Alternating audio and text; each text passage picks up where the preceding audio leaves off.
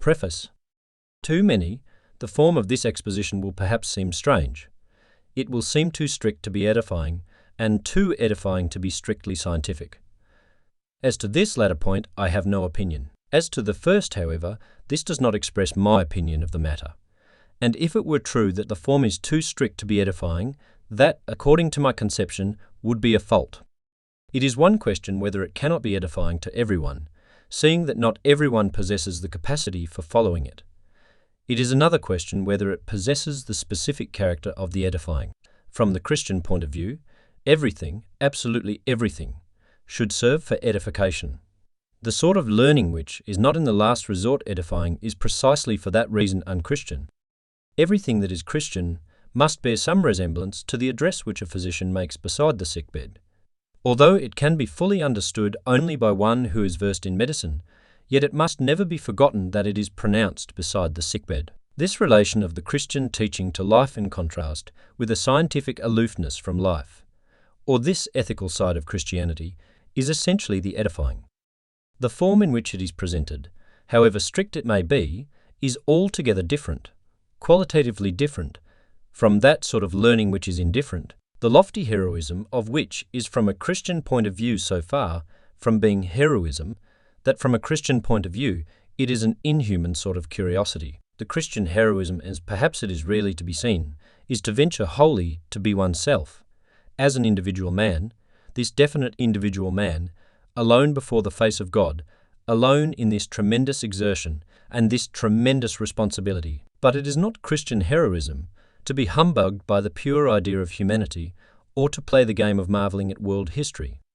All Christian knowledge, however strict its form, ought to be anxiously concerned. But this concern is precisely the note of the edifying. Concern implies a relationship to life, to the reality of personal existence, and thus, in a Christian sense, it is seriousness. The high aloofness of indifferent learning is, from the Christian point of view, far from being seriousness. It is, from the Christian point of view, jest and vanity, but seriousness again is the edifying. This little book, therefore, is in one sense composed in a way that a seminary student could write it. In another sense, however, in a way that perhaps not every professor could write it. But the fact that the form in which this treatise is clothed is what it is at least the result of due reflection, and at all events, it is certainly correct from a psychological point of view. There is a more solemn style that is so solemn that it does not signify much, and since one is too well accustomed to it, it easily becomes entirely meaningless. Only one remark more, doubtless a superfluity, but for that I am willing to assume the blame. I would call attention once for all to the fact that in this whole book, as the title indeed says, despair is conceived as the sickness, not as the cure. So dialectical is despair. So also in the Christian terminology, death is the expression for the greatest spiritual wretchedness, and yet the cure is simply to die from. Introduction. This sickness is not unto death, and yet Lazarus died. For when the disciples misunderstood the words, which Christ adjoined later, Lazarus our friend is asleep, but I go to wake him out of his sleep. He said plainly, Lazarus is dead. So then Lazarus is dead, and yet this sickness was not unto death. He was dead, and yet this sickness is not unto death. Now we know that Christ was thinking of the miracle which would permit the bystanders, if they believed, to see the glory of God, the miracle by which he awoke Lazarus from the dead, so that this sickness was not only not unto death, but, as Christ had foretold, for the glory of God, that the Son of God might be glorified thereby. Oh, but even if Christ had not awakened Lazarus from the dead, is it not true that this sickness, that death itself, was not a sickness unto death? When Christ comes to the grave and cries with a loud voice, Lazarus, come forth, it is evident enough that this sickness is not unto death. But even if Christ had not said these words, merely the fact that he, who is the resurrection and the life, comes to the grave, is not this a sufficient sign that this sickness is not unto death? Does not the fact that Christ exists mean that this sickness is not unto death? And what help would it have been to Lazarus to be awakened from the dead? If the thing must end after all with his dying, how would that have helped Lazarus if he did not live, who is the resurrection and the life for everyone who believes in him? No, it is not because Lazarus was awakened from the dead. Not for this can one say that this sickness is not unto death. But because he lives, Therefore this sickness is not unto death. For, humanly speaking, death is the last thing of all. And, humanly speaking, there is hope only so long as there is life. But Christianly understood death is by no means the last thing of all.